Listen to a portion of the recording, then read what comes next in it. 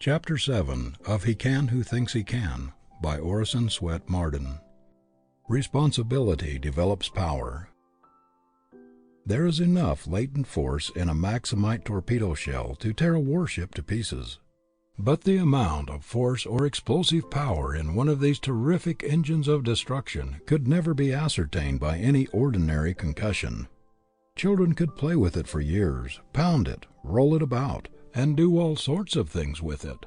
The shell might be shot through the walls of an ordinary building without arousing its terrible dynamic energy. It must be fired from a cannon with terrific force, through a foot or so of steel plate armor, before it meets with resistance great enough to evoke its mighty explosive power. Every man is a stranger to his greatest strength, his mightiest power, until the test of a great responsibility, a critical emergency, or a supreme crisis in his life calls it out. Work on a farm, hauling wood, working in a tannery, storekeeping, West Point, the Mexican War, doing odd jobs about town, were not enough to arouse the sleeping giant in General Grant. There is no probability that he would ever have been heard of from outside his own little community but for the emergency of the Civil War. There was a tremendous dynamic force in the man, but it required the concussion of the great Civil War to ignite it. No ordinary occasion touched his slumbering power. No ordinary experience could ignite the powder in this giant. Under common circumstances he would have gone through life a stranger to his own ability, just as most of the great dynamite shells now in existence will probably never be exploded because of the lack of a war emergency great enough to explode them. Farming, wood chopping, rail splitting, surveying, storekeeping, the state legislature, the practice of law, not even the United States Congress furnished occasions great enough, resistance strong enough to ignite the spark of power, to explode the dynamic force in Abraham Lincoln. Only the responsibility of a nation in imminent peril furnished sufficient concussion to ignite the giant powder in perhaps the greatest man that ever trod the American continent. There is no probability that Lincoln would have gone down in history as a very great man but for the crisis of the Civil War. The nation's peril was the responsibility thrust upon him which brought out the last ounce of his reserves, his latent power of achievement, the resources which he never would have dreamed he possessed but for this emergency. Some of the greatest men in history never discovered themselves until they lost everything but their pluck and grit, or until some great misfortune overtook them and they were driven to desperation to invent a way out of their dilemma. Giants are made in the stern school of necessity. The strong, vigorous, forceful, stalwart men who have pushed civilization upward are the products of self-help. They have not been pushed or boosted, but they have fought every inch of the way up to their own loaf. They are giants because they have been great conquerors of difficulties, supreme masters of difficult situations. They have acquired the strength of the obstacles which they have overcome. Many of our giant businessmen never got a glimpse of their real power until some great panic or misfortune swept their property away and knocked the crutches out from under them. Many men and women never discovered their ability until everything they thought would help them to success had been taken away from them, until they had been stripped of everything that they held dear in life. Our greatest power, our highest possibility, lies so deep in our natures that it often takes a tremendous emergency, a powerful crisis to call it out. It is only when we feel that all bridges behind us are burned, all retreat cut off, and that we have no outside aid to lean upon, that we discover our full inherent power. As long as we get outside help, we never know our own resources. How many young men and young women owe their success to some great misfortune, which cut off a competence, death of a relative, the loss of business or home, or some other great calamity, which threw them on their own resources and compelled them to fight for themselves. Responsibility is a great power developer. Where there is responsibility, there is growth. People who are never thrust into responsible positions never develop their real strength. This is one reason why it is so rare to find very strong men and women among those who have spent their lives in subordinate positions, in the service of others. They go through life comparative weaklings because their powers have never been tested or developed by having great responsibility thrust upon them. Their thinking has been done for them. They have simply carried out somebody else's program. They have never learned to stand alone, to think for themselves, to act independently. Because they have never been obliged to plan for themselves, they have never developed the best things in them. Their power of originality, inventiveness, initiative, independence, self-reliance, their possible grit and stamina. The power to create, to make combinations, to meet emergencies. The power which comes from continuous marshalling of one's forces to meet difficult situations, to adjust means to ends. That stamina or power which makes one equal to the great crisis in the life of a nation is only developed by years of practical training under great responsibility. There is nothing more misleading than the philosophy that if there is anything in a youth it will come out. It may come out, and it may not. It depends largely upon circumstances, upon the presence or absence of an ambition-arousing, a grit-awakening environment. The greatest ability is not always accompanied by the greatest confidence or the greatest ambition. There is at this moment enough power latent in the clerks or ordinary employees in almost any of our business houses to manage them as well as, or better than they are being managed today, if the opportunity and necessary emergency to call out this dynamic force should arise. But how can clerks who remain behind counters, measuring cloth, selling shoes or hosiery, year in and year out, ever know what latent power for organization, what executive ability or initiative they possess? It is true that some of the more ambitious and courageous get out and start for themselves, but it does not follow that they are always abler than those who remain behind. Sometimes the greatest ability is accompanied by great modesty and even timidity. Then again, employees conscious of great ability are often deferred from taking the risk of launching out for themselves because of possible disaster to those depending upon them for daily bread. But thrust great responsibility upon a man, drive him to desperation, and the demand will bring out what there is in him. It will call out his initiative, his ingenuity, his resourcefulness, his self-reliance, his power to adjust means to ends.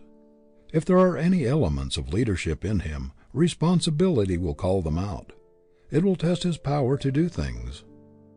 I have in mind a young man who developed such amazing ability within 6 months from the date of a very important promotion that he surprised everybody who knew him. Even his best friends did not believe that it was in him.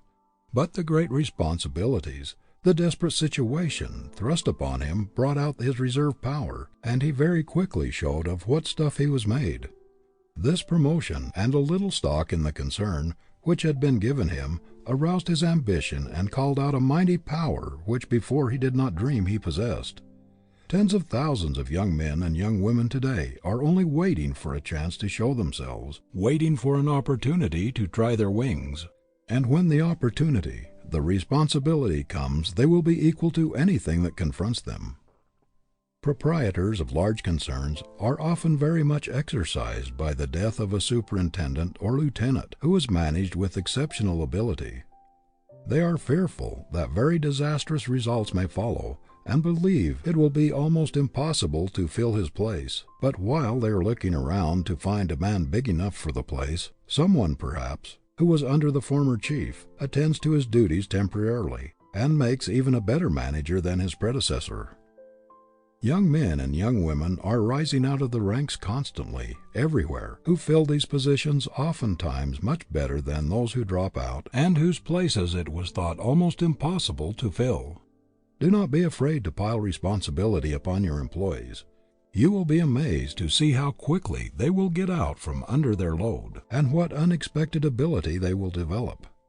Many employers are always looking for people outside of their own establishment to fill important vacancies, simply because they cannot see or appreciate a man's ability until he has actually demonstrated it. But how can he demonstrate it until he has the chance? There are probably today scores of young men in every one of our great business houses who are as capable as the present heads. There is no position that cannot be filled as well or better than it's being filled now, by someone who is still in the ranks, and who has not yet been heard from in any distinctive way. When some great statesman falls, the people often look about, to find that there is apparently no one to fill his place, but from an unexpected source, perhaps from a little out-of-the-way town, from the common ranks, there comes a man who is equal to the emergency. The way to bring out the reserve in a man is to pile responsibility upon him. If there is anything in him, this will reveal it. Some of us never quite come to ourselves in fullness and power until driven to desperation. It is when we are shipwrecked, like Robinson Crusoe upon an island, with nothing but our own brain and hands, nothing but resources locked up deep in ourselves, that we really come to complete self-discovery. A captain never knows what is in his men until they have been tested by a gale at sea which threatens shipwreck.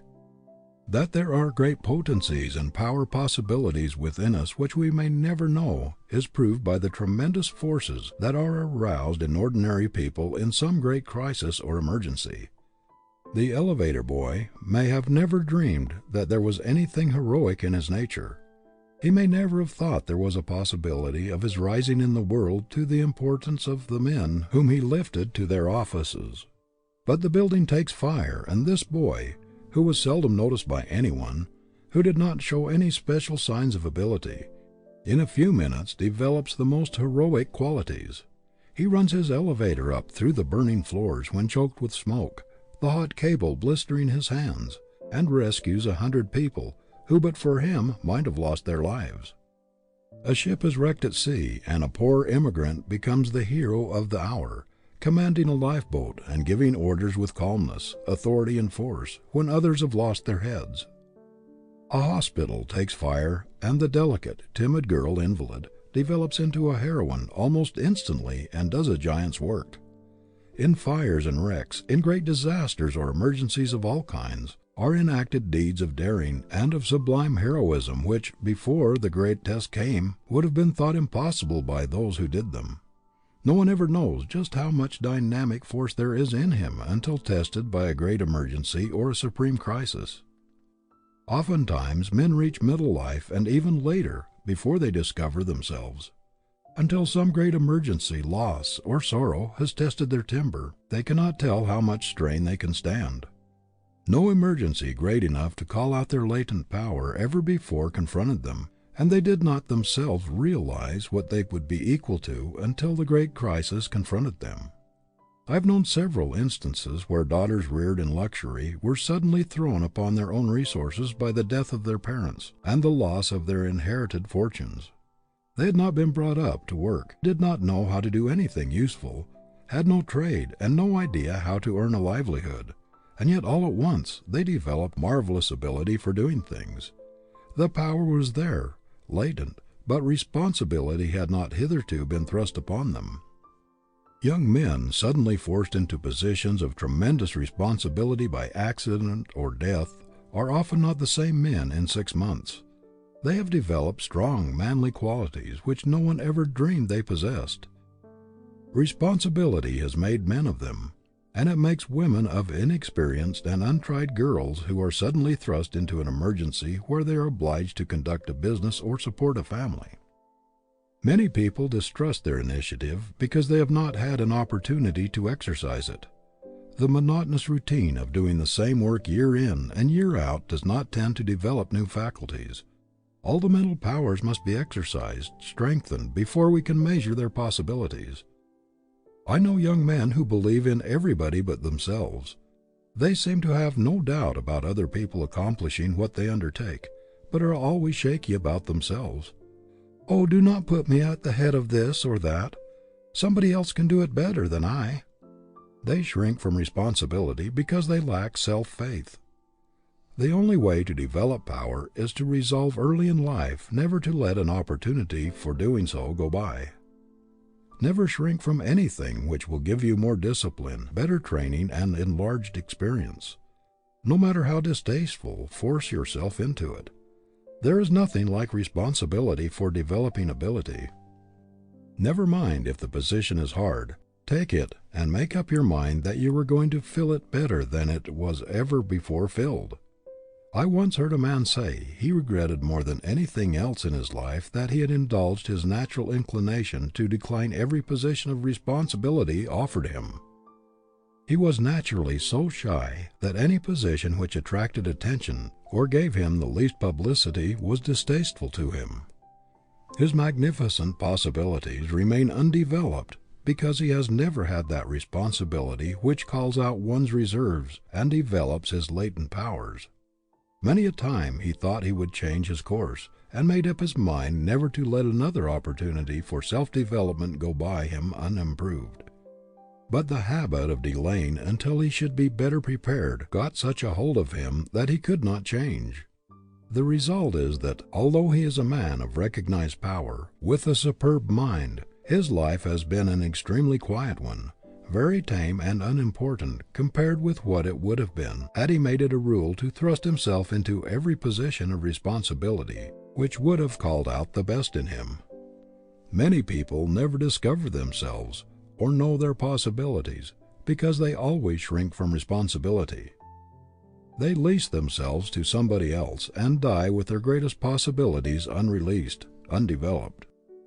Personally, I believe it is the duty of every young person to have an ambition to be independent, to be his own master, and to resolve that he will not be at somebody else's call all his life, come and go at the sounding of a gong or the touch of a bell, that he will at least belong to himself, that he will be an entire wheel and not a cog, that he will be a whole machine, although it may be a small one, rather than part of someone else's machine. The very stretching of the mind toward high ideals, the looking forward to the time when we shall be our own masters, working along the lines of a resolution, a fixed, irrevocable determination, has a strengthening, unifying influence upon all the faculties. And you will be a stronger man or woman, whatever your future, if you keep steadily, persistently in your mind your own individual declaration of independence. It means freedom, it means delivery from restraint, from a certain feeling of slavery which attaches to every subordinate position. I do not believe that it is possible for anyone to reach the same magnitude of manhood or womanhood, to grow to the same stature, after giving up the struggle for absolute independence, or the hope of going into business or profession or something else all of one's own. It is true that not every person has the executive ability or strength of mind, the qualities of leadership, the moral stamina, or the push to conduct a business successfully for himself and stand his ground. There are also many instances of young men who have others dependent upon them, and who are not in a position to take the risks of going into business for themselves. A great many, however, work for others merely because they do not dare to take the risk of starting on their own responsibility. They lack the courage to branch out. The fear of possible failure deters them. Moreover, a great many start as boys in certain occupations, work up to a fairly good salary, and though they may be ambitious to be independent, are yet held back by the distrust of their own powers and the advice of others to let well enough alone, until the habit of doing the same thing year in and year out becomes so fixed that it is very difficult to wrench themselves out of their environment. Again, a great many people prefer a small certainty to a big uncertainty. There is no disposition to hazard, no desire to take risks, in their make-up. They do not want to assume large responsibilities. They prefer steady employment, and the certainty that every Saturday night they will find fixed sums in their pay envelopes, to the great risks, responsibilities, and uncertainties of a business of their own. You may not have the ambition, the desire, or the inclination to take responsibility. You may prefer to have an easier life and to let somebody else worry about the payment of notes and debts, the hard times, the dull seasons, and the panics. But if you expect to bring out the greatest possibilities in you, if growth, with the largest possible expansion of your powers, is your goal, you cannot realize your ambition in the fullest and completest sense while merely trying to carry out somebody else's program and letting him furnish the ideas. There must be a sense of complete independence, not partial but complete, in order to reach the highest growth. We do not attain our full stature of manhood or womanhood in captivity or in slavery, but in freedom, in absolute liberty. The eagle must be let out of the cage, no matter how large or how comfortable, before it can exhibit all the powers of an eagle. It is the locked up forces within, that lie deep in our natures, not those which are on the surface, that test our mettle. It is within everybody's power to call out these hidden forces, to be somebody, and to do something worthwhile in the world, and the man who does not do it is violating his sacred birthright.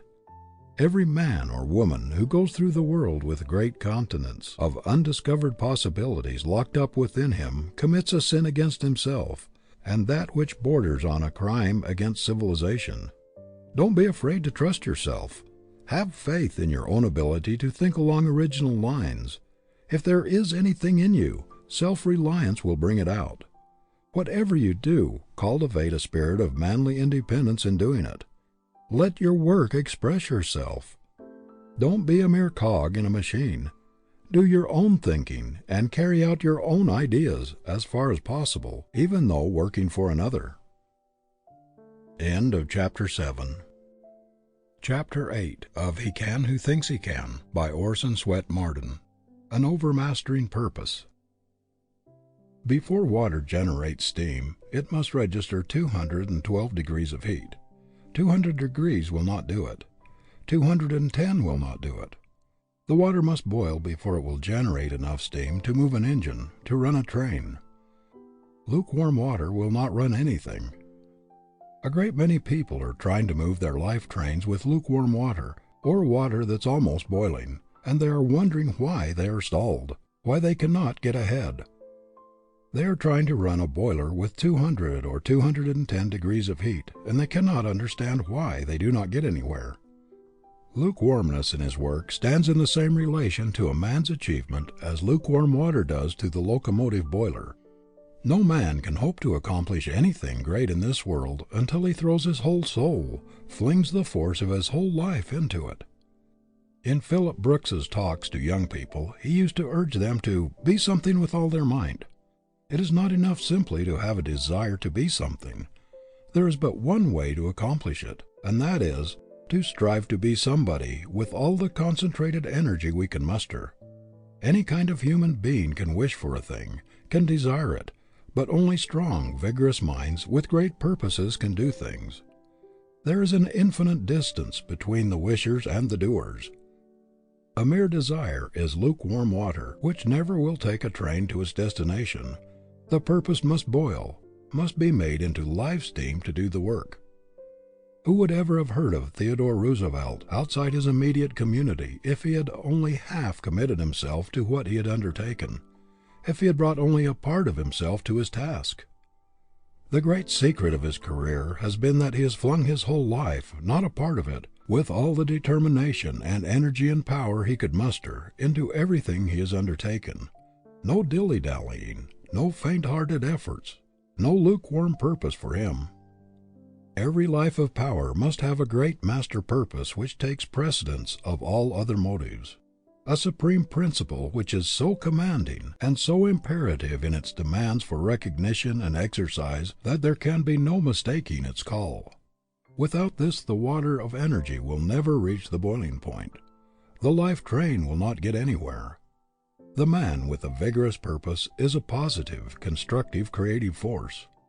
No one can be resourceful, inventive, original, or creative without powerful concentration, and the undivided focusing of the mind is only possible along the line of ambition, the life purpose.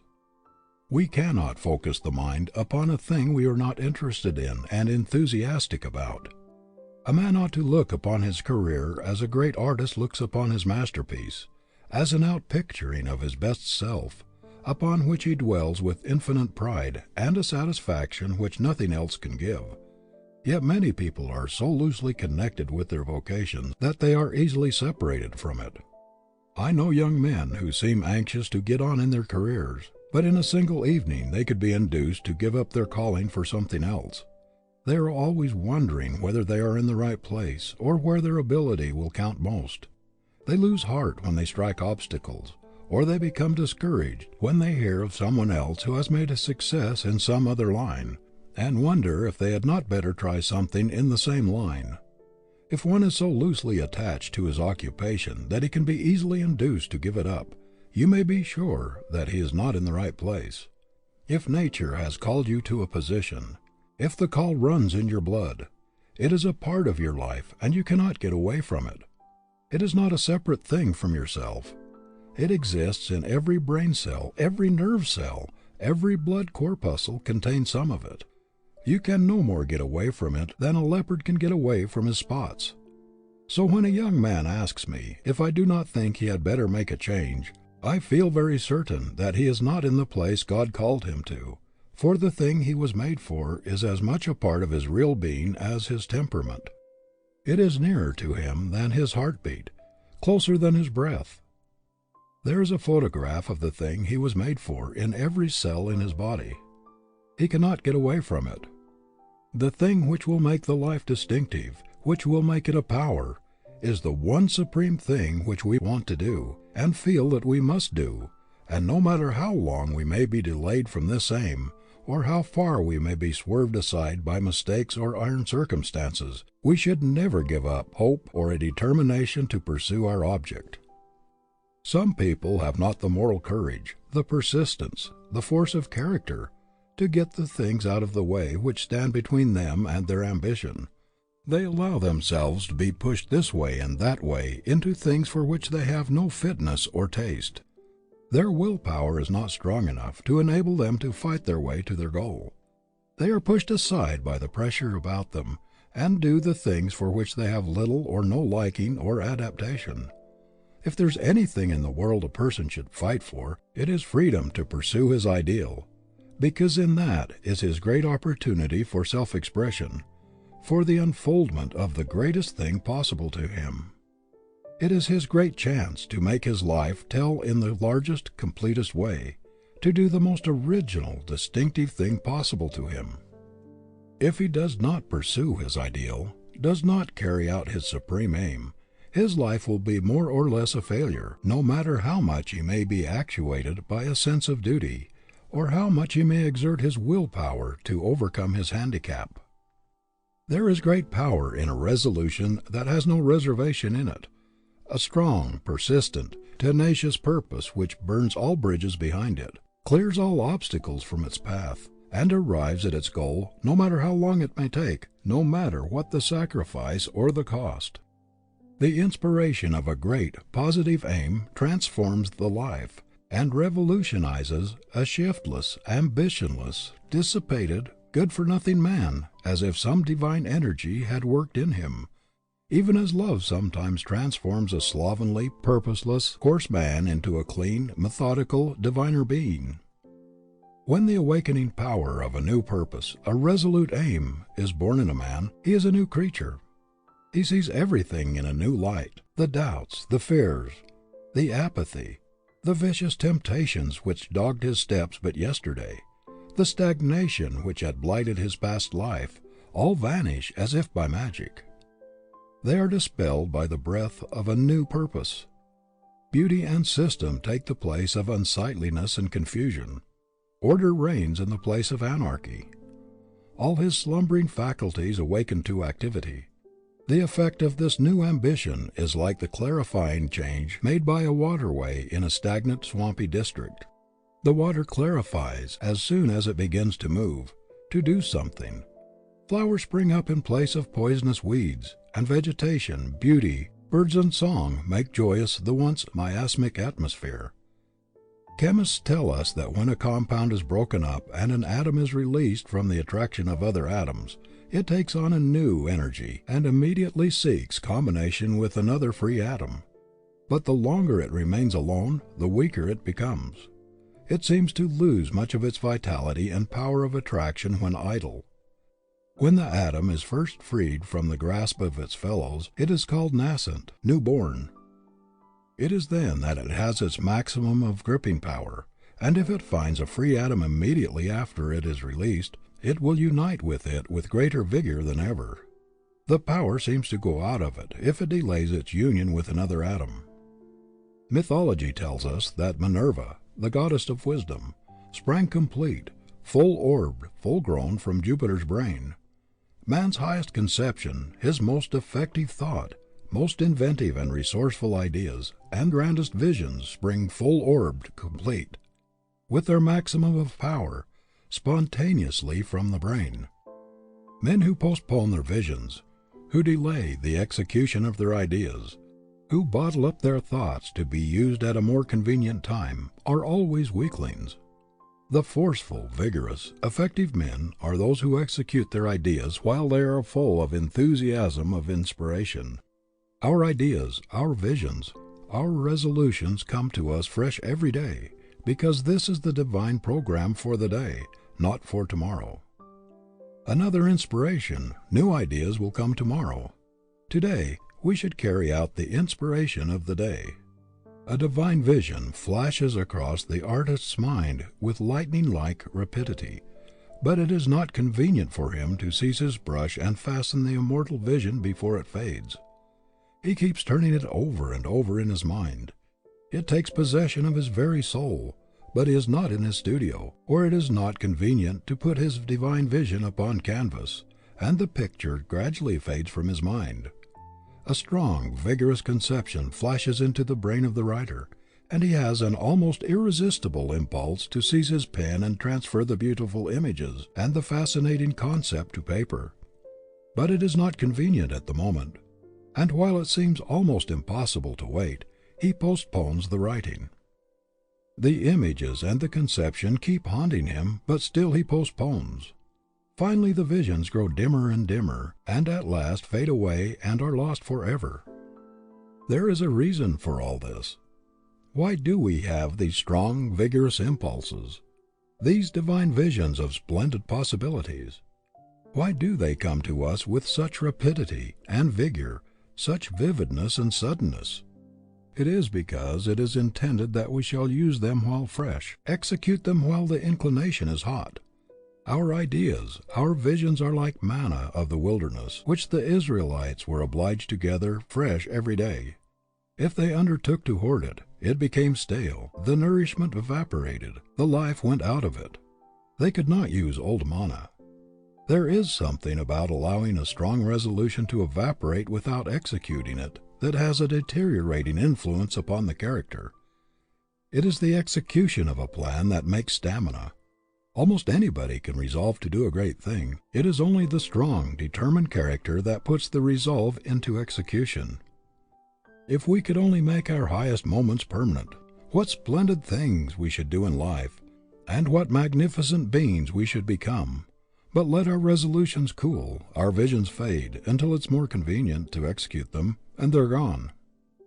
There is no easier way in which one can hypnotize or deceive himself than by thinking that because he is always making great resolutions, he is doing something worthwhile or carrying them out. I know a man who would feel insulted if anyone were to intimate that he had not been a hard worker and had not accomplished a great deal in life. And yet, although he is an able man, his whole life has been spent in jumping out of one thing into another so quickly that one could scarcely see the change. Yet every time you see him he carries his head high. He is as enthusiastic and optimistic as though his whole life had been one triumphant march. His enthusiasm is intense, but it fades away just as quickly as it came. The very fact that he always lives in the clouds, is always dreaming of the great things he is going to do, seems to convince him that he actually does them. But he never stays at one thing long enough to reach effectiveness.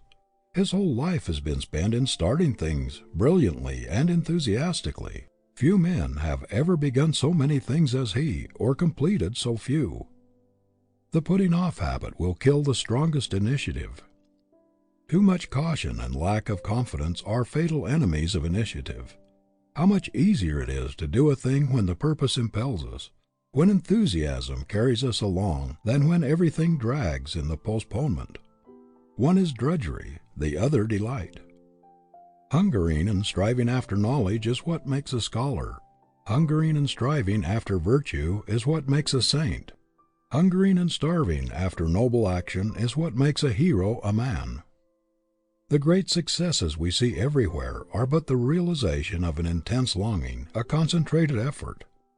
Everyone is gravitating toward his aim just in proportion to the power and intensity of his desire and his struggle to realize it. One merely desires to do this or that, or wishes he could, or would be glad if he could.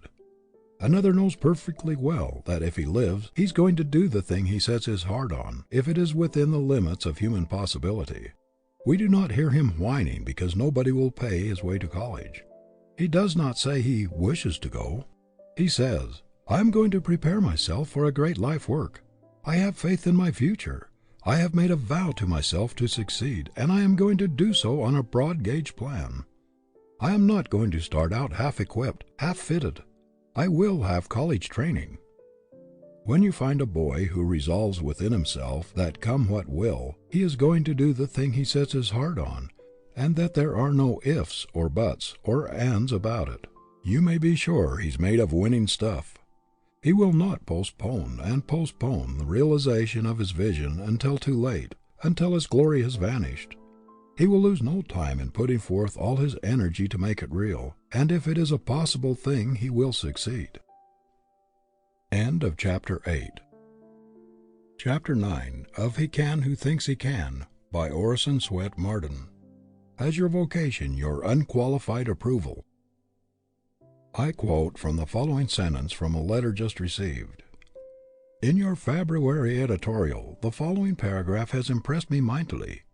To spend a life in buying and selling lies, or cheap, shoddy shams, is demoralizing to every element of nobility, to excellence in any form.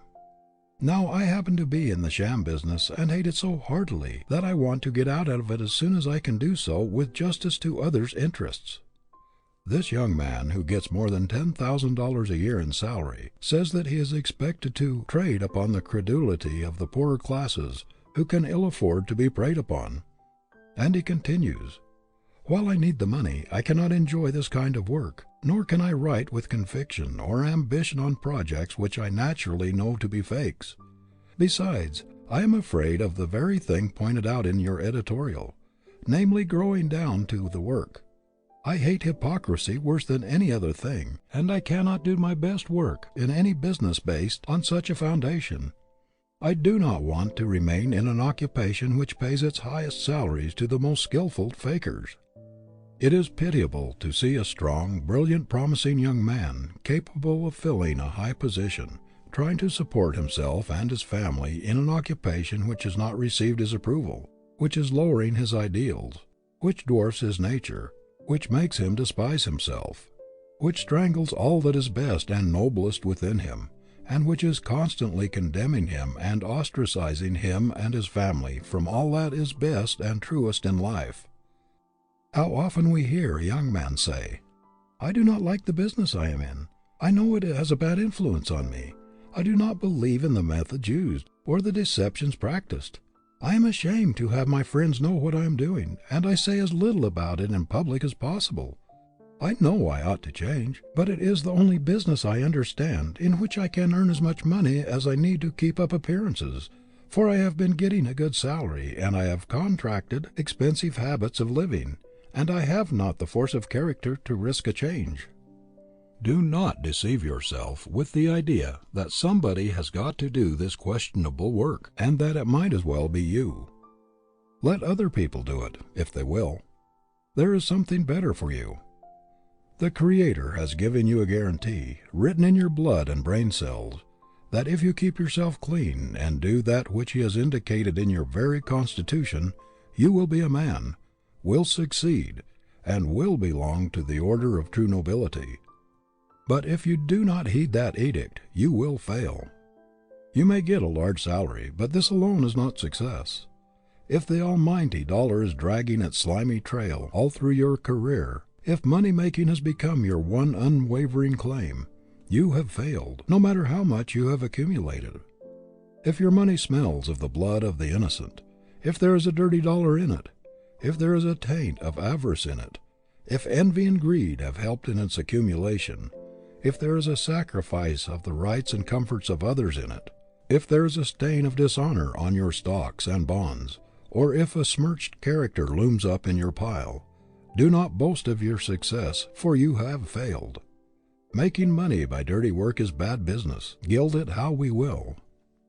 There are 1,000 indications in you that the Creator did not fit you for what is wrong, but only for the right. Do the right, and all nature, all law, and all science will help you, because the attainment of rectitude is the plan of the universe. It is the very nature of things. Reverse it, and all these forces are pledged to defeat you.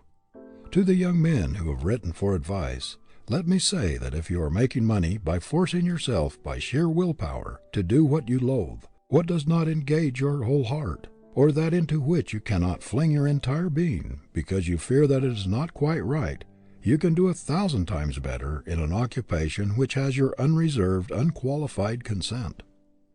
If you refuse to smirch your ability, no matter what the reward, you will thereby increase your success power 1,000-fold. The very fact that you can come out of a questionable situation boldly and take a stand for the right, regardless of consequences, will help you immeasurably. The greater self-respect, increased self-confidence, and the tonic influence which will come from the sense of victory will give you the air of a conqueror instead of that of one conquered. Nobody ever loses anything by standing for the right with decision, with firmness, and with vigor. You have a compass within you, the needle of which points more surely to the right and to the true than the needle of the mariner points to the pole star. If you do not follow it, you are in perpetual danger of going to pieces on the rocks. Your conscience is your compass, given you when you were launched upon life's high seas. It is the only guide that is sure to take you safely into the harbor of true success. What if a mariner should refuse to steer by the pointing of his compass, declaring it to be all nonsense, that the needle should always point north, and should pull it around so that it would point in some other direction, fasten it there, and then sail by it? He would never reach the port in safety. It takes only a little influence, just a little force, to pull the needle away from its natural pointing. Your conscious compass must not be influenced by greed or expediency. You must not trammel it. You must leave it free.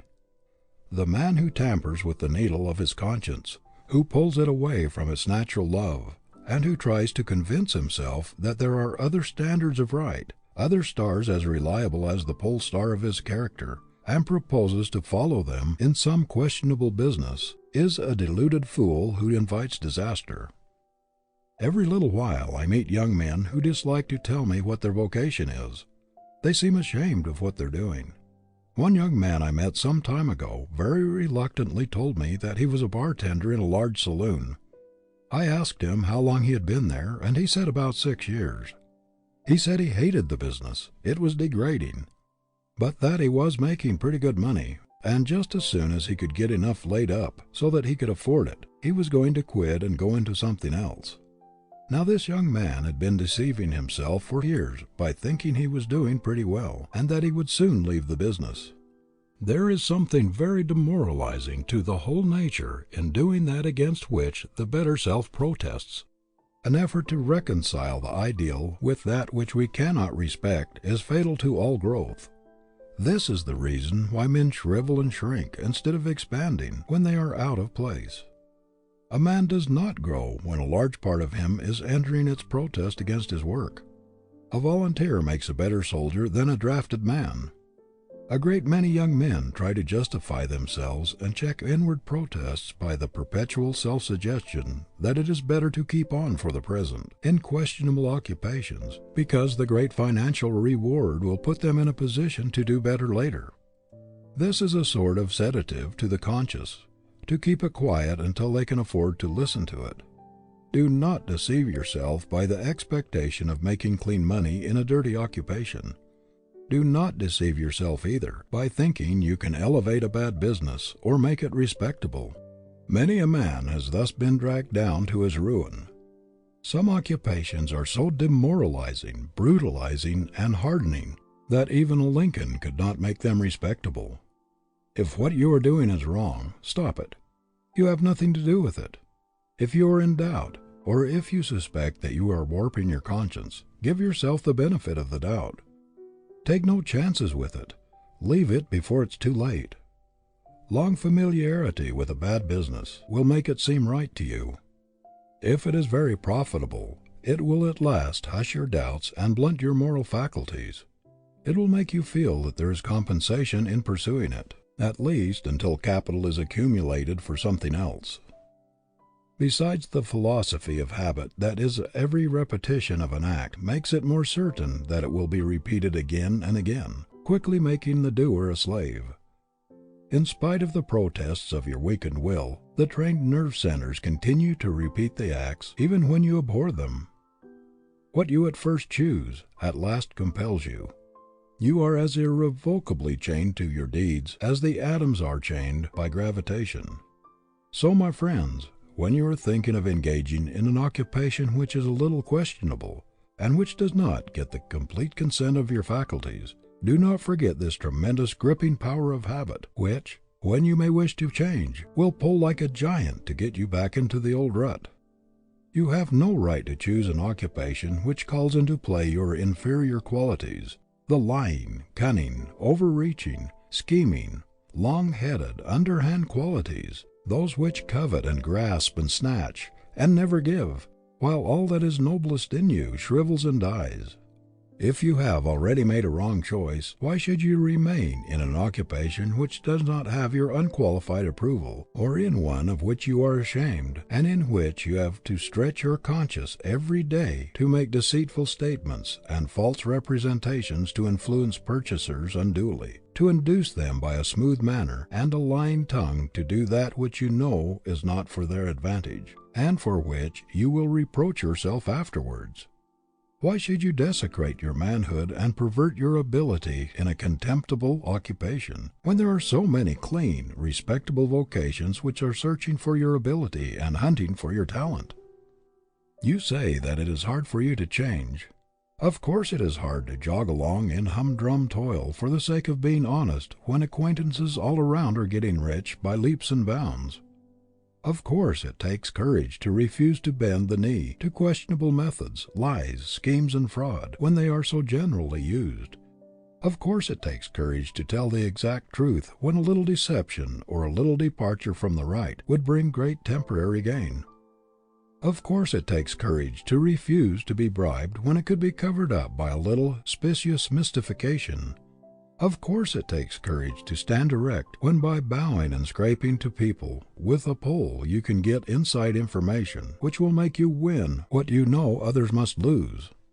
Of course it takes courage to determine never to put into your pocket a dirty dollar, a lying, deceitful dollar, a dollar that drips with human sorrow, or a dollar that has made some poor gullible wretch poorer, or has defeated another's cherished plans, or robbed him of ambition or education. But this is what character is for. This is what manhood means. This is what backbone and stamina were given us for, to stand for the right and oppose the wrong, no matter what the results. Wear threadbare clothes if necessary. Live on one meal a day in a house with bare floors and bare walls if you must, but under no circumstances ever consent to prostitute your manhood or to turn your ability to do an unclean thing. Dig trenches, carry hod, work as a section hand on a railroad, shovel coal, anything rather than sacrifice your self-respect, blunt your sense of right and wrong, and shut yourself off forever from the true joy of living and the approbation which comes only from the consciousness of doing your level best to reach the highest that is possible to you. Do not choose that occupation which has the most money in it, the greatest promise of material reward, notoriety, or fame even, but choose that which will call out the man in you, and which will develop your greatest strength and symmetry of manhood, personal nobility. Manhood is greater than wealth, and grander than fame. Personal nobility is greater than any calling, or any reward that it can bring. End of Chapter 9. Chapter 10 of He Can Who Thinks He Can by Orison Swett Marden. Stand for something. The greatest thing that can be said of a man, no matter how much he has achieved, is that he has kept his record clean. Why is it that in spite of the ravages of time, the reputation of Lincoln grows larger and his character means more to the world every year? It is because he kept his record clean and never prostituted his ability nor gambled with his reputation. Where, in all history, is there an example of a man who was merely rich, no matter how great his wealth, who exerted such a power for good, who was such a living force in civilization, as was this poor backwoods boy? What a powerful illustration of the fact that character is the greatest force in the world. A man assumes importance and becomes a power in the world just as soon as it is found that he stands for something, that he is not for sale, that he will not lease his manhood for any salary, for any amount of money, or for any influence or position, that he will not lend his name to anything which he cannot endorse. The trouble with so many men today is that they do not stand for anything outside their vocation. They may be well educated, well up on their specialities, may have a lot of expert knowledge, but they cannot be depended upon. There is some flaw in them which takes the edge off their virtue. They may be fairly honest, but you cannot bank on them. It is not difficult to find a lawyer or a physician who knows a good deal, who is eminent in his profession, but it is not so easy to find one who is a man before he is a lawyer or a physician, whose name is a synonym for all that is clean, reliable, solid, substantial. It is not difficult to find a good preacher, but it is not so easy to find a real man, sterling manhood, back of the sermon. It is easy to find successful merchants, but not so easy to find men who put character above merchandise. What the world wants is men who have principle underlying their expertness, principle under their law, their medicine, their business, men who stand for something outside of their offices and stores, who stand for something in their community, whose very presence carries weight. Everywhere we see smart, clever, long-headed, shrewd men, but how comparatively rare it is to find one whose record is as clean as a hound's tooth, who will not swerve from the right, who would rather fail than be a party to a questionable transaction. Everywhere we see businessmen putting the stumbling blocks of deception and dishonest methods right across their own pathway, tripping themselves up while trying to deceive others. We see men worth millions of dollars filled with terror, trembling lest investigations may uncover things which will damn them in the public estimation. We see them cowed before the law like whipped spaniels, catching at any straw that will save them from public disgrace. What a terrible thing to live in the limelight of popular favor, to be envied as rich and powerful, to be esteemed as honorable and straightforward, and yet to be conscious all the time of not being what the world thinks we are, to live in constant terror of discovery, in fear that something may happen to unmask us and show us up in our true light. But nothing can happen to injure seriously the man who lives foursquare to the world, who has nothing to cover up, nothing to hide from his fellows, who lives in a transparent, clean life, with never a fear of disclosures. If all his material possessions are swept away from him, he knows that he has a moment in the hearts of his countrymen, in the affection and admiration of the people, and that nothing can happen to harm his real self because he has kept his record clean. Mr. Roosevelt early resolved that, let what would come, whether he succeeded in what he undertook or failed, whether he made friends or enemies, he would not take chances with his good name. He would part with everything else first. That he would never gamble with his reputation, that he would keep his record clean. His first ambition was to stand for something, to be a man. Before he was a politician or anything else, the man must come first. In his early career, he had many opportunities to make a great deal of money by allying himself with crooked, sneaking, unscrupulous politicians. He had all sorts of opportunities for political graft, but crookedness never had any attraction for him. He refused to be a party to any political jobbery, any underhand business. He preferred to lose any position he was seeking, to let somebody else have it, if he must get smirched in the getting it. He would not touch a dollar, place, or preferment unless it came to him clean, with no trace of jobbery on it. Politicians who had an axe to grind knew it was no use to try to bribe him, or to influence him with promises of patronage, money, position, or power. Mr. Roosevelt knew perfectly well that he would make many mistakes and many enemies, but he resolved to carry himself in such a way that even his enemies should at least respect him for his honesty of purpose and for his straightforward, square-deal methods. He resolved to keep his record clean, his name white, at all hazards. Everything else seemed unimportant in comparison. In times like these, the world especially needs men as Mr. Roosevelt, men who hew close to the chalk line of right and hold the line plumb to truth, men who do not pander to public favor, men who make duty and truth their goal and go straight to their mark, turning neither to the right nor to the left, though a paradise tempt them. Who can ever estimate how much his influence has done toward purging politics and elevating the American ideal? He has changed the viewpoint of many statesmen and politicians. He has shown them a new and better way. He has made many of them ashamed of the old methods of grafting and selfish greed. He has held up a new ideal, shown them that unselfish service to their country is infinitely nobler than an ambition for self-aggrandizement.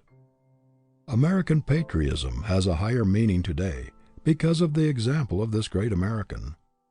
Many young politicians and statesmen have adopted cleaner methods and higher aims because of his influence.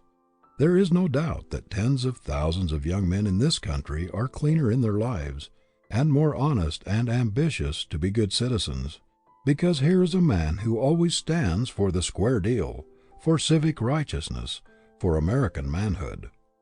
Every man ought to feel that there is something in him that bribery cannot touch, that influence cannot buy, something that is not for sale, something he would not sacrifice or tamper with for any price, something he would give his life for if necessary. If a man stands for something worthwhile, compelled recognition for himself alone, on account of his real worth, he is not dependent upon recommendations, upon fine clothes, a fine house, or a pull. He is his own best recommendation. The young man who starts out with the resolution to make his character his capital and to pledge his whole manhood for every obligation he enters into will not be a failure, though he wins neither fame nor fortune. No man ever really does a great thing who loses his character in the process. No substitute has ever yet been discovered for honesty. Multitudes of people have gone to the wall trying to find one. Our prisons are full of people who have attempted to substitute something else for it. No man can really believe in himself when he is occupying a false position and wearing a mask. When the little monitor within him is constantly saying, "You know you are a fraud. You are not the man you pretend to be." The consciousness is not being genuine, not being what others think him to be, robs a man of power, honeycombs the character, and destroys self-respect and self-confidence. When Lincoln was asked to take the wrong side of a case, he said, "I could not do it. All the time while talking to that jury I should be thinking, 'Lincoln, you're a liar. You're a liar,' and I believe I should forget myself and say it out loud." Character as capital is very much underestimated by a great number of young men. They seem to put more emphasis upon smartness, shrewdness, long-headedness, cunning, influence, a pull, than upon downright honesty and integrity of character. Yet why do scores of concerns pay enormous sums for the use of the name of a man who perhaps has been dead for half a century or more? It is because there is power in that name, because there is character in it, because it stands for something, because it represents reliability and square dealing. Think of what the name of Tiffany, of Park and Tilford, or any of the great names which stand in the commercial world as solid and immovable as the Rock of Gibraltar, are worth. Does it not seem strange that young men who know these facts should try to build up a business on a foundation of cunning, scheming, and trickery, instead of building on the solid rock of character, reliability, and manhood? Is it not remarkable that so many men should work so hard to establish a business on an unreliable, flimsy foundation, instead of building upon the solid masonry of honest goods, square dealing, and reliability? A name is worth everything until it is questioned, but when suspicion clings to it, it is worth nothing. There is nothing in this world that will take the place of character. There's no policy in the world, to say nothing of the right or wrong of it, that compares with honesty and square dealing. In spite of, or because of, all the crookedness and dishonesty that is being uncovered, of all the scoundrels that are being unmasked, integrity is the biggest word in the business world today. There never was a time in all history when it was so big, and it is growing bigger. There never was a time when character meant so much in business, when it stood for so much everywhere as it does today. There was a time when the man who was the shrewdest and sharpest and cunningest in taking advantage of others got the biggest salary. But today, the man at the other end of the bargain is looming up as never before. Nathan Strauss, when asked the secret of the great success of his firm, said it was their treatment of the man at the other end of the bargain. He said they could not afford to make enemies. They could not afford to displease or take advantage of customers, or to give them reason to think that they had been unfairly dealt with, that in the long run the man who gave the squarest deal to the man at the other end of the bargain would get ahead fastest. There are merchants who have made great fortunes, but who do not carry weight among their fellow men because they have dealt all their lives with inferiority. They have lived with shoddy and shams so long that the suggestion has been held in their minds until their whole standards of life have been lowered. Their ideals have shrunken. Their characters have partaken of the quality of their business. Contrast these men with the men who stood for half a century or more at the head of solid houses, substantial institutions, men who have always stood for quality in everything, who have surrounded themselves not only with ability, but with men and women of character. We instinctively believe in character. We admire people who stand for something, who are centered in truth and honesty. It is not necessary that they agree with us. We admire them for their strength, the honesty of their opinions, the inflexibility of their principles. The late Carl Schurz was a strong man and agonized many people. He changed his political views very often, but even his worst enemies knew there was one thing he would never go back on, friends or no friends, party or no party, and that was his devotion to principle as he saw it. There was no parleying with his convictions. He could stand alone if necessary, with all the world against him. His inconsistencies, his many changes in parties and politics, could not destroy the universal admiration for the man who stood for his convictions. Although he escaped from a German prison and fled his country, where he had been arrested on account of his revolutionary principles when but a mere youth, Emperor William I had such a profound respect for his honesty of purpose and his strength of character that he invited him to return to Germany and visit him, gave him a public dinner, and paid him great tribute. Who can estimate the influence of President Eliot in enriching and uplifting our national ideas and standards through the thousands of students who go out from Harvard University? The tremendous force and nobility of character of Phillips Brooks raised everyone who came within his influence to higher levels. His great earnestness in trying to lead people up to his lofty ideals swept everything before it.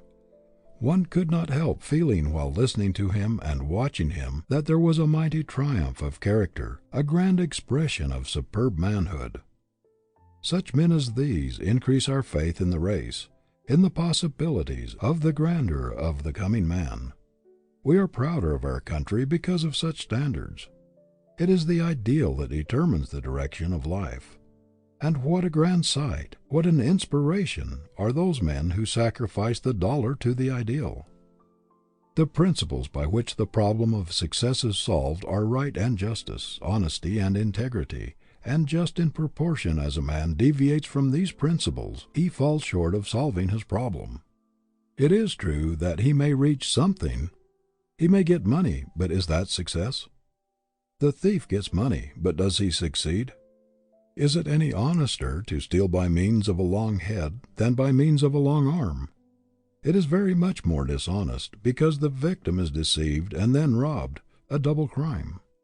We often receive letters which read like this: I am getting a good salary, but I do not feel right about it somehow. I cannot still the voice within me that says, wrong, wrong, to do what I am doing. Leave it, leave it, We always say to the writers of these letters, do not stay in a questionable occupation, no matter what inducement it offers. Its false light will land you on the rocks if you follow it. It is demoralizing to the mental faculties, paralyzing to the character, to do a thing which one's conscience forbids.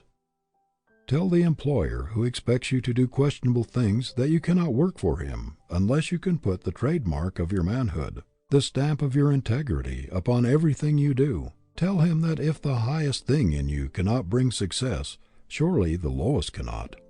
You cannot afford to sell the best thing in you, your honor, your manhood, to a dishonest man or a lying institution. You should regard even the suggestion that you might sell out for a consideration as an insult.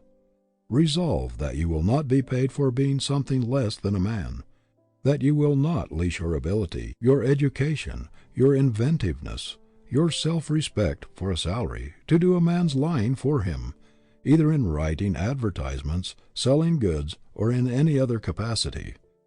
Resolve that, whatever your vocation, you are going to stand for something, that you are not going to be merely a lawyer, a physician, a merchant, a clerk, a farmer, a congressman, or a man who carries a big money bag, but that you are going to be a man first, last, and all the time.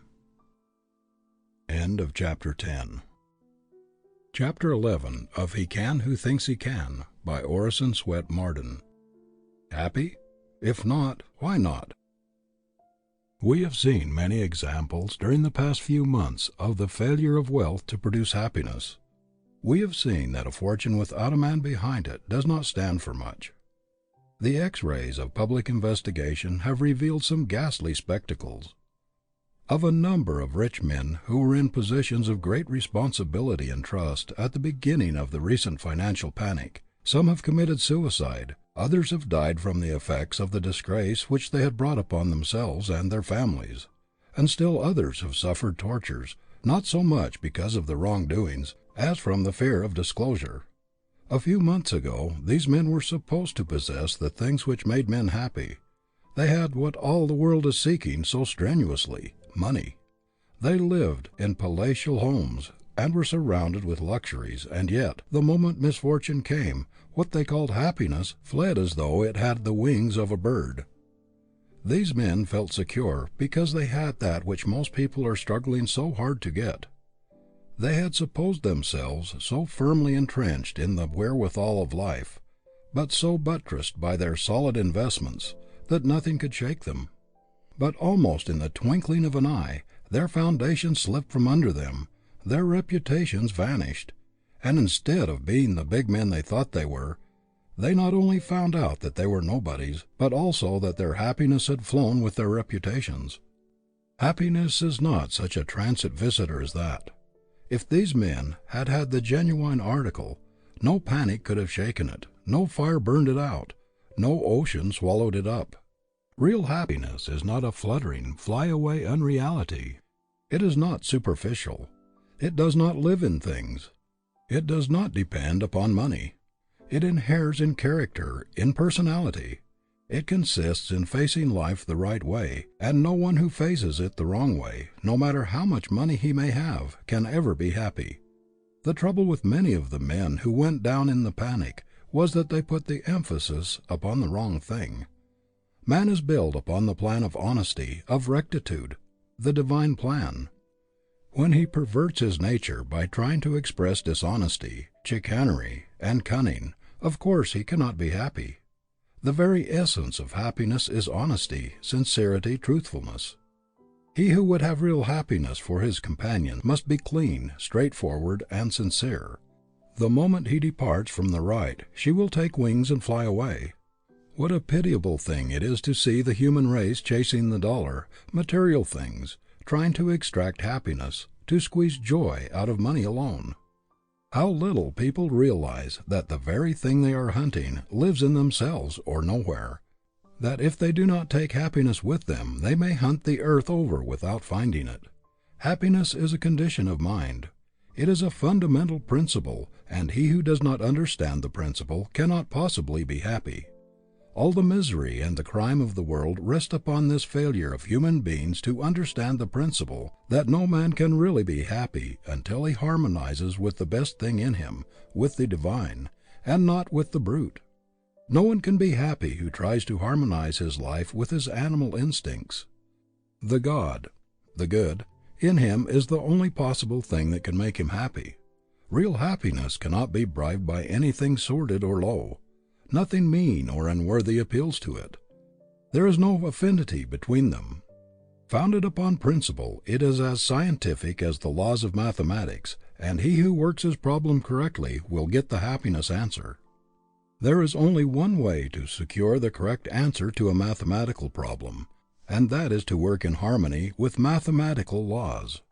It would not matter if half the world believed there was some other way to get the answer. It would never come until the law was followed with the utmost exactitude. It does not matter that the great majority of the human race believe there is some other way of reaching the happiness goal. The fact that they are discontented, restless, and unhappy shows that they are not working their problem scientifically. We are all conscious that there is another man inside of us, that there accompanies us through life a divine, silent messenger, that other, higher, better self which speaks from the depths of our nature and which gives its consent, its amen, to every right action and condemns every wrong one. Men and women in all times have tried to bribe this constant monitor, to purchase its approval, to silence it in nervous excitement, to drown it in vicious pleasure with drink and with drugs, but all in vain. Men in every age have disregarded its warning, have tried in every possible way to get away from its tormenting reproofs when they have done wrong, but no amount of dissipation or excitement has ever been able to silence its voice. It always continues to give its unbiased, unbribed approval or disapproval to whatever we do. There is nothing in which people deceive themselves so much as in the pursuit of happiness. There is only one way to find it. That is, by obeying the laws upon which we are built. We are constructed along the lines of truth and justice, and we cannot reach felicity by disobeying these, the very laws of our nature. So long as we continue to do evil, to get money by unfair means, by robbing others or taking advantage of them, so long as our ambition is to get rich anyway, we can never attain true happiness, because we are going in the wrong direction. We are introducing discord into our natures, encouraging the very opposite to what we are seeking.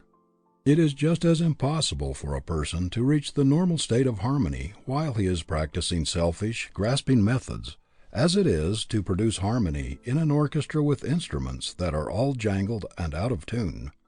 To be happy, we must be in tune with the infinite in us, in harmony with our better selves. There is no way to get around it. The idea that we can practice wrong in our vocations, in our dealings with men, or in our pleasures, and then periodically seek forgiveness in our prayers or through our churches, the idea that a man can do wrong and be forgiven without remedying the wrong, or without forsaking the sin, has done more harm than almost any other thing in civilization. A clear conscience, a clean life, the elimination of selfishness, jealousy, envy, and hatred are necessary to all high enjoyment. One trouble with many of us is that we try to make happiness too complicated an affair. But happiness really flees from complication, ceremony, and pretense. Nature has fixed her everlasting edict against complicated living. You can never force pleasure. It must be natural. It must come from sane living. Real happiness is so simple that most people do not recognize it. They think it comes from doing something on a big scale, from a big fortune, or from some great achievement, when in fact it is derived from the simplest, the quietest, the most unpretentious things in the world. Our great problem is to fill each day so full of sunshine, of plain living and high thinking, that there can be no commonness or unhappiness in our lives. Little kindnesses, pleasant words, and helps by the way, trifling courtesies and encouragements, duties faithfully done, unselfish service, work that we enjoy, friendships, love, and affection, all these are simple things, yet they are what constitute happiness. The great sanitariums, the noted springs of the world, are crowded with rich people, sent there by their physicians to get rid of the effects of complicated living. They tried to force their pleasures and came to grief. Not long ago I dined in the home of a very rich man, and it took 2 hours and a half to serve the dinner. There were 13 courses, made up of the richest kinds of food, and many of them absolutely incompatible with one another. In addition to this, there were 7 kinds of wine. Think of anyone being healthy or happy living upon such a diet. What are the enjoyments of the average rich? Is there anything more vapid, insipid, unsatisfying than the chasing after that infinite, mysterious something which they call happiness, that will-o'-the-wisp which is always beckoning them on, but ever eluding their grasp, that rainbow which recedes as they approach? They may enjoy the titillation of the nerves for a moment, the temporary excitement and exhilaration which comes from even vicious pleasures. But what of it all? It is only animal enjoyment. Nothing but regret, disappointment, and disgust follow. There is within every normal person a strong desire to do something and to be something in the world, and every idler knows that he is violating the fundamental demand of his nature, that he is really cheating himself out of a very sacred prize, the getting of which would mean more to him than everything else in the world.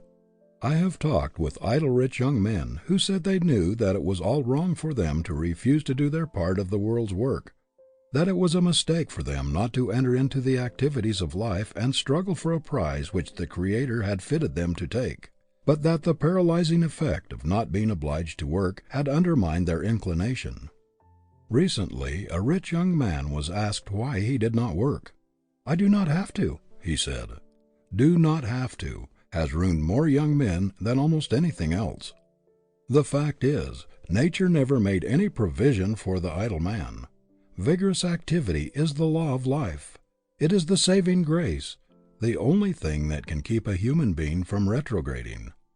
Activity along the line of one's highest ambition is the normal state of man, and he who tries to evade it pays the penalty in deterioration of faculty, in paralysis of efficiency. Do not flatter yourself that you can be really happy unless you are useful. Happiness and usefulness were born twins. To separate them is fatal. It is impossible for a human being to be happy who is habitually idle as it is for a fine chronometer to be normal when not running. The highest happiness is the feeling of well-being which comes from one who is actively employed in doing what he was made to do, carrying out the great life purpose patterned in his individual bent. The practical fulfilling of the life purpose is to man what the actual running and keeping of time are to the watch. Without action both are meaningless. There is no tonic like that which comes from doing things worthwhile. There is no happiness like that which comes from doing our level best every day, everywhere. No satisfaction like that which comes from stamping our superiority, putting our royal trademark upon everything which goes through our hands. Man was made to do things. Nothing else can take the place of achievement in his life. Real happiness without achievement of some worthy aim is unthinkable. One of the greatest satisfaction in this world is the feeling of enlargement, of growth, of stretching upward and onward. No pleasure can surpass that which comes from the consciousness of feeling one's horizons of ignorance being pushed farther and farther away, of making headway in the world, of not only getting on, but also of getting up. Happiness is incompatible with stagnation. A man must feel his expanding power lifting, tugging away at a lofty purpose, or he will miss the joy of living. The discords, the bickerings and divorces, the breaking up of rich homes and the resorting to all sorts of silly devices by many rich people in their pursuit of happiness, prove that it does not dwell within them, that happiness does not abide with low ideals, with selfishness, idleness, and discord.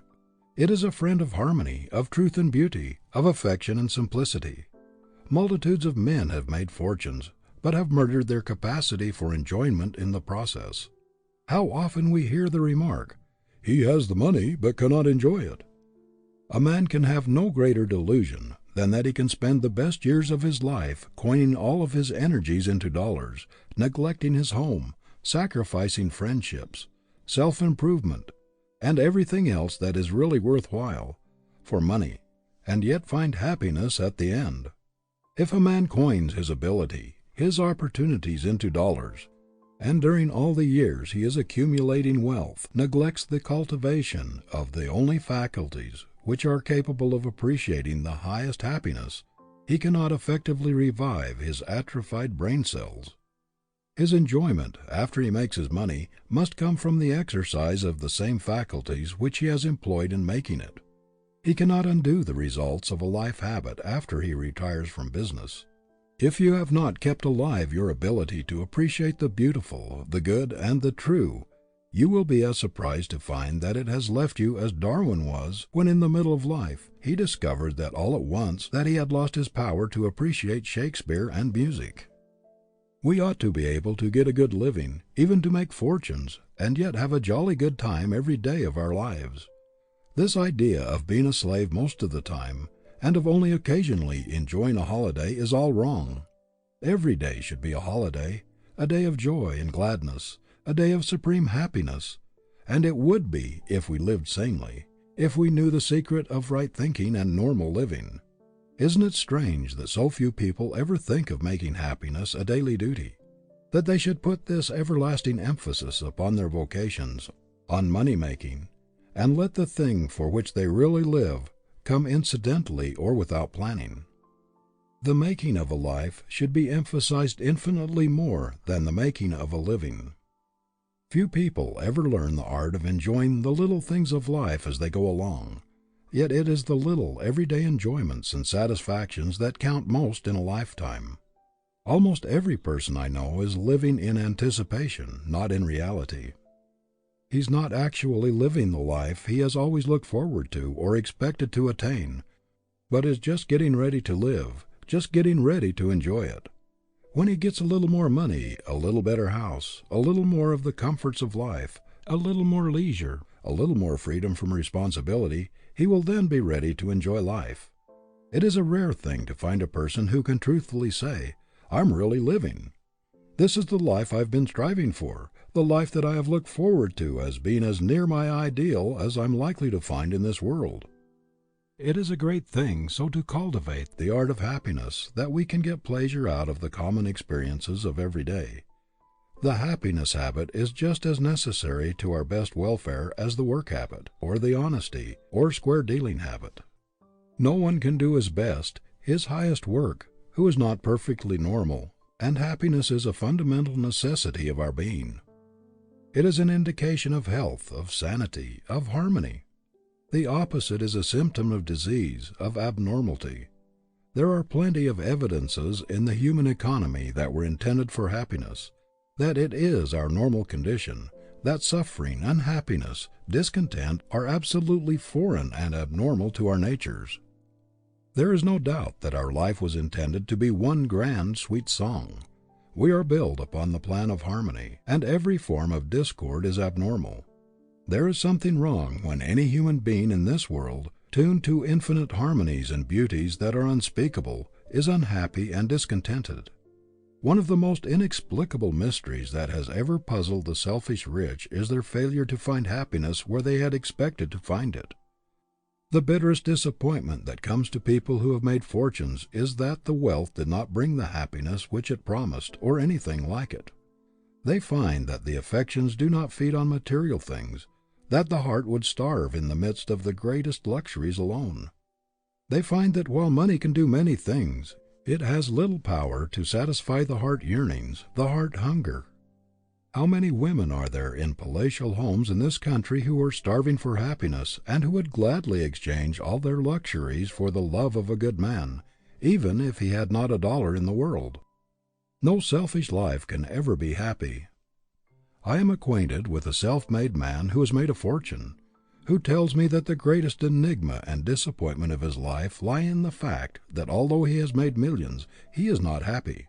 He says that somehow he has never been able to make many friends, that people avoid him, that he has never been able to get the confidence of others to any very great extent, and that he is not popular even among his own neighbors. He cannot understand why he is not happy, for he tells me he has tried very hard to find happiness. The trouble with him is that he has always done everything with reference to himself. He did not mean to be selfish, but the whole passion of his life has been to make money, because he thought it would bring everything else that is desirable. He has chosen his friends for their ability to advance his interests, and has considered every step in life with reference to the effect it would have upon him. What is there in it for me? Seems to have been the interrogation point in his life. Now happiness is a reflection, an echo, a part of what we do and think. It does not depend upon our material possessions. Thoreau's cabin at Walden Pond cost only $31, and yet Thoreau was rich and happy because he had a rich mind. It is impossible for the selfish, greedy, grasping thought, the thought always centered upon one's own interest, to produce a happy state of mind as it is for thistle seeds to produce wheat. But if we sow helpfulness, kindness, unselfishness, we shall reap a harvest of satisfaction, harmony, and happiness. Selfishness and real happiness never go together. They are fatally antagonistic. An inordinate ambition, a desire to get ahead of others, a mania to keep up appearances at all hazards, whether we can afford it or not, all these things feed selfishness, that corrosive acid which eats away our possible enjoyment and destroys the very sources of happiness. The devouring ambition to get ahead of others in money-making, to outshine others socially, develops a sordid, grasping disposition which is the bane of happiness. No man with greed developed big within him can be happy. Neither contentment, satisfaction, serenity, affection, nor any other member of the happiness family can exist in the presence of greed. It is as impossible for a man who has been dishonest, who has gotten his wealth by crushing others, and by taking advantage of them, to be happy as it is for a person really to enjoy himself while walking with pebbles in his shoes, or while constantly being nettled with pinpricks. No man can be happy who is conscious of being a drone, of shirking his share in the great world's work, who knows that he is taking all the good things he can get a hold of in life's great granary, put there by the toilers, and is putting nothing back. A debauched mind that has departed from the principles of right thinking and right living has incapacitated itself for real enjoyment.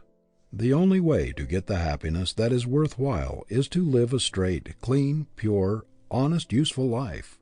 There is no power in the universe that can make a human being happy along any other lines. Straightforward, honest work, a determined endeavor to do one's best, an earnest desire to scatter flowers instead of thorns, to make other people a little better off, a little happier because of our existence. These are the only recipes for real happiness. No man can be happy when he despises his own acts, when he has any consciousness of wrong, whether of motive or act. No man can be happy when he harbors thoughts of revenge, jealousy, envy, or hatred. He must have a clean heart and a clean conscience, or no amount of money or excitement can make him happy. End of chapter 11.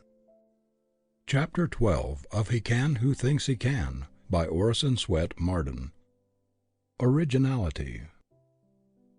No human being ever yet made a success trying to be somebody else, even if that person was a success.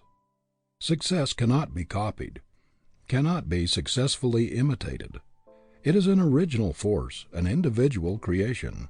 Every man will be a failure just in proportion as he gets away from himself and tries to be somebody else, and to express somebody else instead of himself. Power comes from within or from nowhere. Be yourself. Listen to the voice within.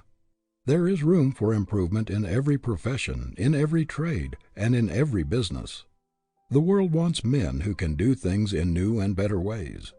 Don't think because your plan or idea has no precedent, or because you are young and inexperienced, that you will not get a hearing. The man who has anything new and valuable to give to the world will be listened to and will be followed. The man of strong individuality, who dares to think his own thought and originate his own method, who is not afraid to be himself and is not a copy of someone else, quickly gets recognition. Nothing else will attract the attention of an employer or the rest of the world so quickly as originality and unique ways of doing things, especially if they are effective. Blaze your own way, make your own path, or you will never make any impression on the world. It is striking originality that attracts attention. The world admires the man who has the courage to lift his head above the crowd, who dares to step to the front and declare himself. Never before was originality so much at a premium. The world makes way for the man with an idea. It is the thinker, the man with original ideas and the new up-to-date methods, who is the real productive force in a community. He is wanted everywhere. But there is very little demand for human machines. The world is full of followers, learners, and taggers, who are willing to walk in old trails, and to have their thinking done for them. But it is seeking the man with original force who leaves the unbeaten track and pushes into new fields, the physician who departs from the precedent of those who have gone before him, the lawyer who conducts his case in an original way, the teacher who brings new ideas and methods into the schoolroom, and the clergyman who has the courage to proclaim the message which God has given to him, not that given to some other man who has put it into a book. The world wants preachers who get their sermons out of life, not out of a library. There are 1,000 people who will do faithfully what they are told, to one who can lay out a program or execute it. 1,000 who can only follow, to one who can lead. It is a rare thing to find a young man who has the power of initiative and the ability to put a thing through with the force of originality. Whatever your work in life, do not follow others. Do not imitate. Do not do things just as everybody else has done them before, but in new, ingenious ways. Show the people in your specialty that precedents do not cut much of a figure with you, and that you will make your own program. Resolve that, whether you accomplish much or little in the world, it shall be original, your own. Do not be afraid to assert yourself in a bold, individual way. Originality is power, life. Imitation is death. Do not be afraid to let yourself out. You grow by being original, never by copying, by leading, never by following. Resolve that you will be a man of ideas, always on the lookout for improvement. Think to some purpose. There is always a place for an original man. There is nothing else which will kill the creative faculty and paralyze growth more quickly than following precedents in everything and doing everything in the same old way. I have known progressive young men to stop growing, become hopelessly rutty, and lose all their progressiveness by going into their father's stores, factories, or places of business, where everything was done in the same old-fashioned way, and the precedents were followed in everything. They lost all expansiveness. There was no motive for reaching out for the new and the original, because their fathers would not change. I have seen splendid fellows who might have become great and grand men, shrivel to pygmies in their fathers' ruts. How many of our business houses are weighted down with machinery, old, antiquated methods, ponderous bookkeeping, and out-of-date appliances, when new devices or new methods with short-cut ways of doing things would enable them to economize greatly on room and to get along with much less help, but they cling to the old with a fatal tenacity. This is why so many old concerns, which have been strong and powerful for generations, gradually shrink, shrivel, get into ruts and fail, while their newer competitors, the bright young men who have gone out from these houses, do things in a new way, adopt up-to-date methods, keep up with the times, and go on to greater success. There is a great advertising quality in originality or uniqueness. The man who does business like the great majority of men, although he may have superior ability, does not attract much attention. But if he makes his own path, adopts original and progressive methods, puts his specialty in a class by itself, and attracts attention, everybody who patronizes him is a traveling advertisement for him. There is a specialty store in Boston whose progressive proprietors make a study of original ways of doing everything. For example, all change is given in brand new money, direct from the United States Treasury or Mint. This does not cost much and causes but little trouble, yet it is a very shrewd advertisement. It is especially attractive to women and children and has brought a great deal of trade. Aside from the danger of handling old soiled money, which has been no one knows where, it gives a sense of pleasure to handle new, crisp bills and brand new bright coins. This is only one of the many unique methods this concern adopts. People flock to the most up-to-date establishments, for they know that the newest styles, the latest and freshest goods, the greatest variety, the best display of taste, and the most appropriate things are to be found there. It is well known that those up-to-date houses pay the largest salaries and have the best buyers. There is a hotel in New York which needs no advertising. It is one of the institutions which people visit out of interest, and they are always talking about it.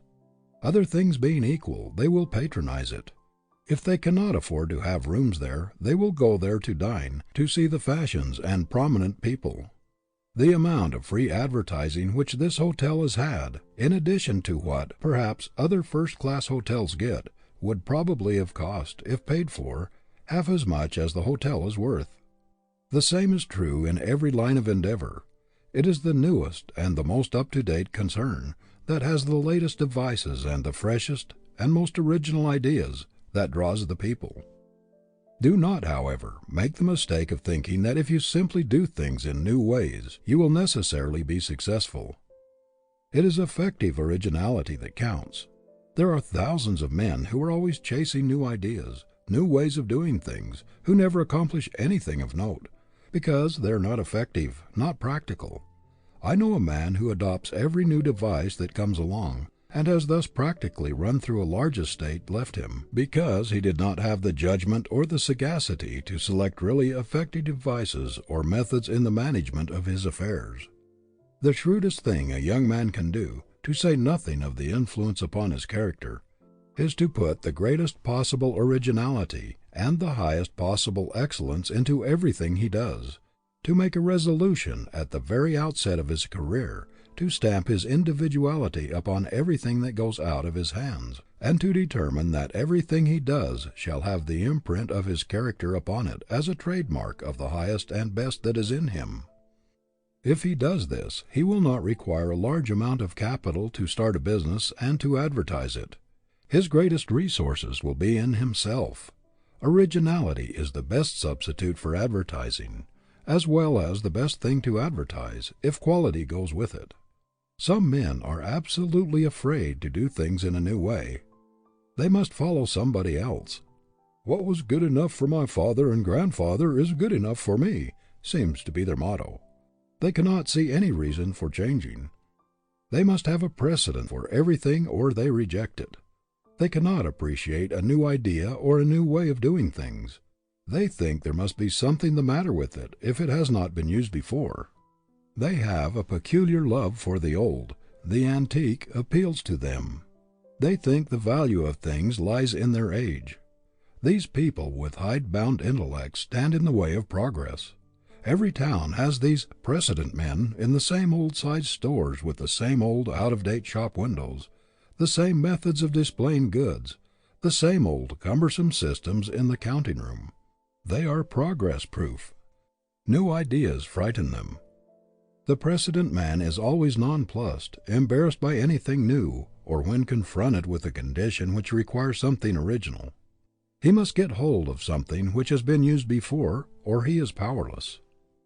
Many people think it is unfortunate to be unlike others in their personalities. They are always afraid of being thought peculiar or eccentric. Yet the Creator never made two things alike, nor any two people alike. Nature breaks her mold at every new birth. Great characters always have strong individuality and originality, characteristics which mark them from the crowd. To be eccentric is not to be weak, but more often it is a sign of strength. Lincoln had eccentricities, but they were inseparable from his great character. Eccentricities do not make a person disagreeable or repulsive, are often advantages rather than disadvantages. What is more monotonous than a dead level, insipid character that has no strongly marked features which individualize it?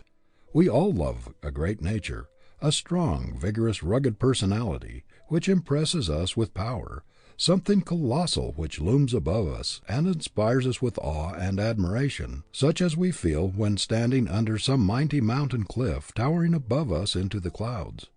We do not wish the rugged crags smoothed off. They add to the peak's sublimity. They suggest majesty and power. Why should we want to plane off the eccentricities of a great character, or the individuality which characterizes him and distinguishes him from all others? We believe in the original man or woman who does not remind us of others, who makes a new, strong, vigorous, and lasting impression upon us, who does not imitate or follow, who makes his own program, who acts upon his own judgment, who leans upon nobody, and who does not ask advice, but acts fearlessly, boldly, independently.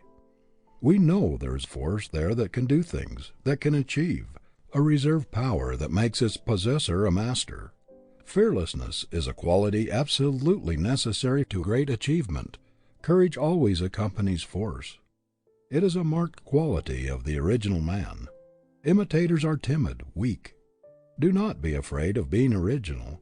Be an independent, self-reliant, new man, not just one more individual in the world. Do not try to be a copy of your grandfather, your father, or your neighbor. That is as foolish as for a violet to try to be like a rose, or for a daisy to ape a sunflower. Nature has given each a peculiar equipment for its purpose. Every man is born to do a certain work in an original way. If he tries to copy some other man, or do some other man's work, he will be an abortion, a misfit, a failure. Do not imitate even your heroes. Scores of young clergymen attempted to make their reputations by imitating Beecher. They copied his voice and conversation, and imitated his gestures and his habits, but they fell as far short of the great man's power as the chromo falls short of the masterpiece. Where are those hundreds of imitators now? Not one of them has ever made any stir in the world. The world puts its ban upon all imitations. It despises a man who tags on to somebody else, leans, or imitates. He is always classed as a weakling, without force, power, or individuality. We hear a great deal about the dangers of the one-man power in our great corporations. People say that they should be managed by large committees, or boards of directors. That too much power should not be put into the hands of one man. But there is one original, dominating character in every committee, on every board of directors, who towers above all others and ultimately rules. It is impossible to get away from the domination of a strong, original, forceful character. Just be yourself. The consciousness that you are not another in the slightest degree, that there is no suggestion of being a copy of somebody else about you, is a great power in itself. It increases your confidence. The very reputation of being original buttresses you in any community. It helps you to have people say, after talking with you, "There I met an original man today, who did not even remind me of anybody else I have ever seen." It is refreshing to talk with a man who never reminds you of others, who uses no cant, who is not the slave of precedent, who walks on his own legs, who has no use for crutches, and who never leans, a man of force who radiates power. Why try to be somebody else? To be yourself, or to express yourself with originality and power, is the greatest thing you can do. You cannot be another if you try. It only makes you unnatural and ridiculous, and robs you of the power which comes from self-expression, from being yourself. The more you differ from another man by nature, the more ridiculous you will make yourself by attempting to imitate him. Real strength inheres in personality. End of chapter 12.